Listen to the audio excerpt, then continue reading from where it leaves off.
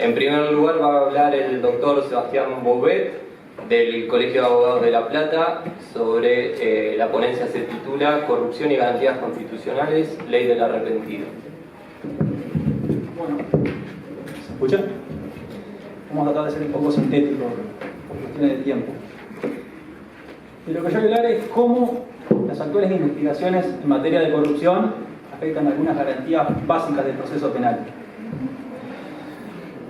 Bueno, corrupción podemos decir que es un ejercicio abusivo del poder, ya sea el poder legislativo, ejecutivo o judicial, y que en ese ejercicio abusivo hay una víctima difusa que es la sociedad o la población toda.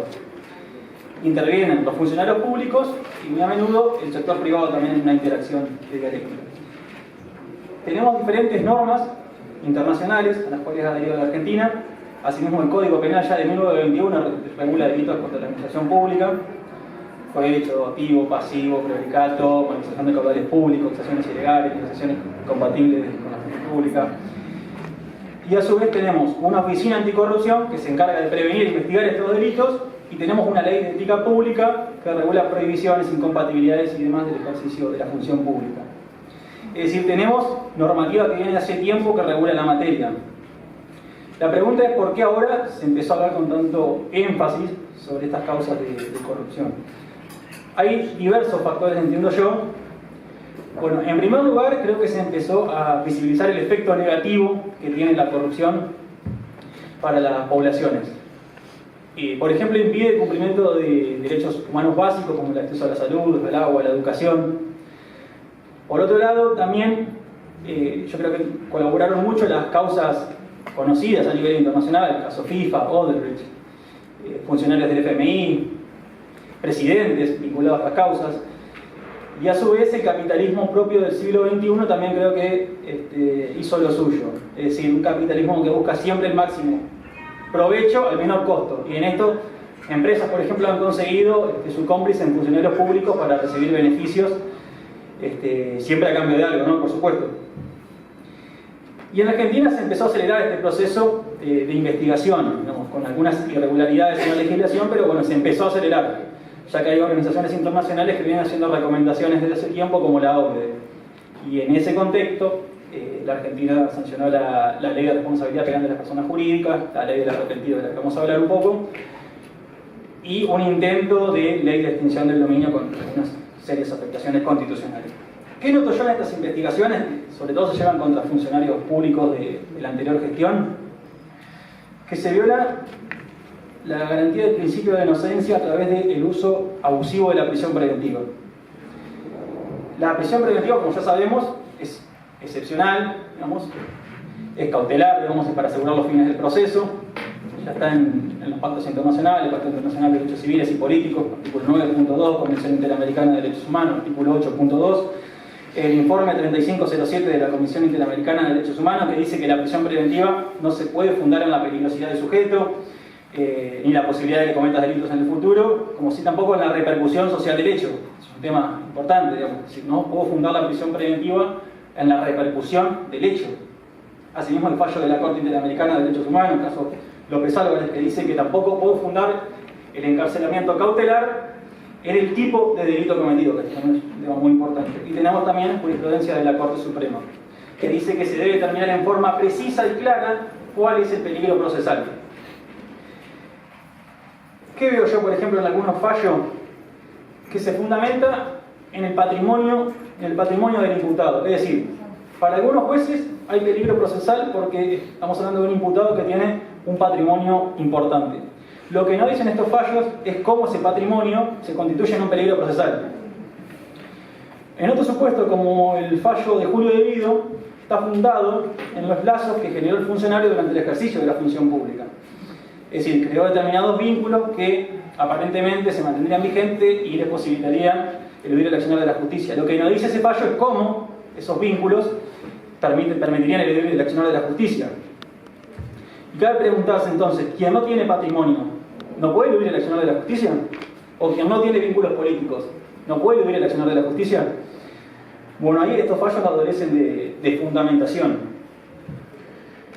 Y yo traje a modo de ejemplo, digamos, estos fallos que me parecen en cierto modo absurdos, un fallo reciente de Juraín, donde le deniegan la excarcelación, diciendo que hay peligros procesales en 2 breves párrafos. Por un lado, dijo el juez que aún quedaban medidas pendientes, medidas probatorias pendientes sobre objetos ya incautados.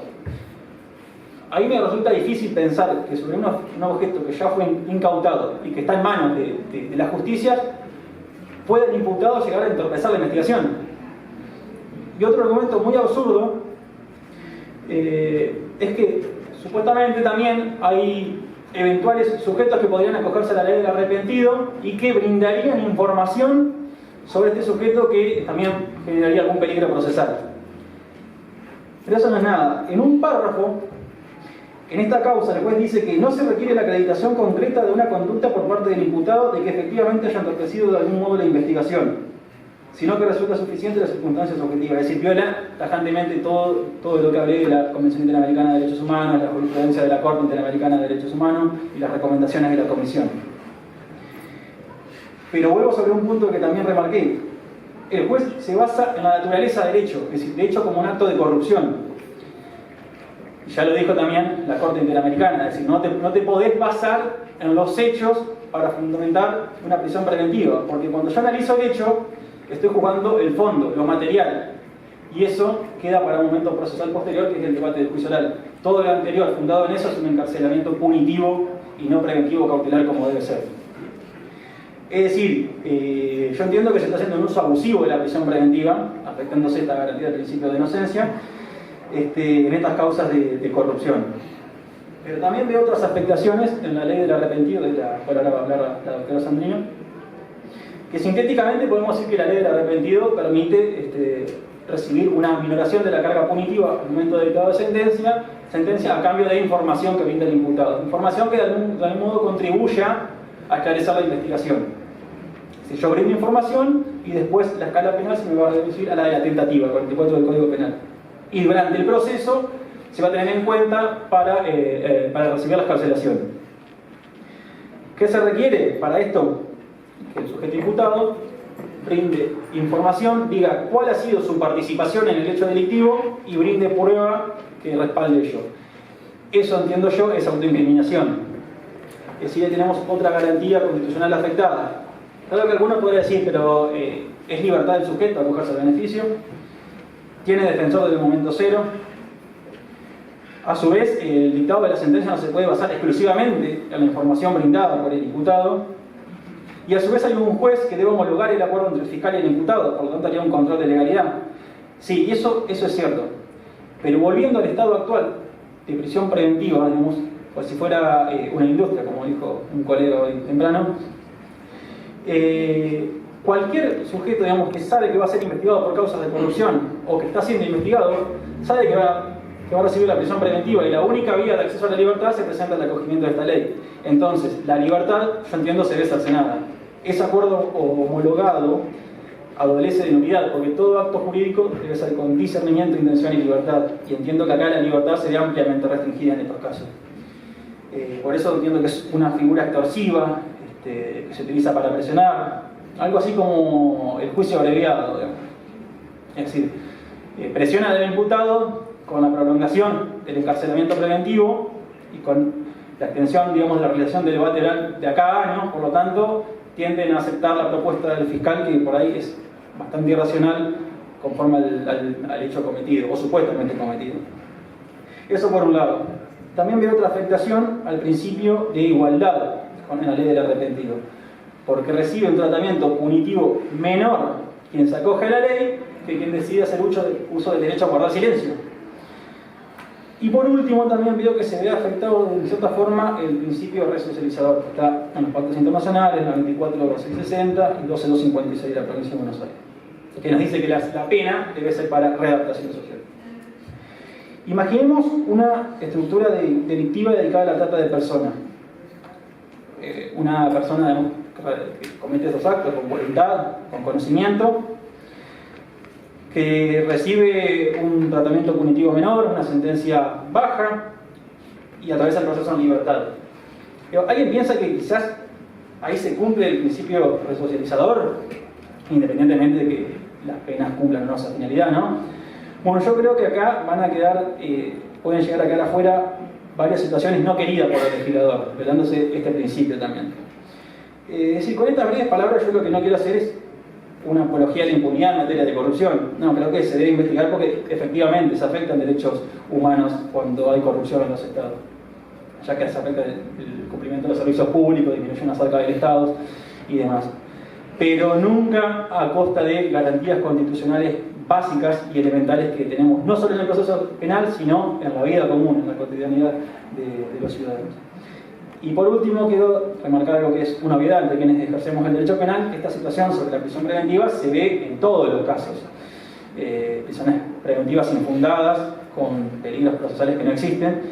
La diferencia son las particularidades propias que hay en los actos de corrupción que se basan en la característica de estos imputados.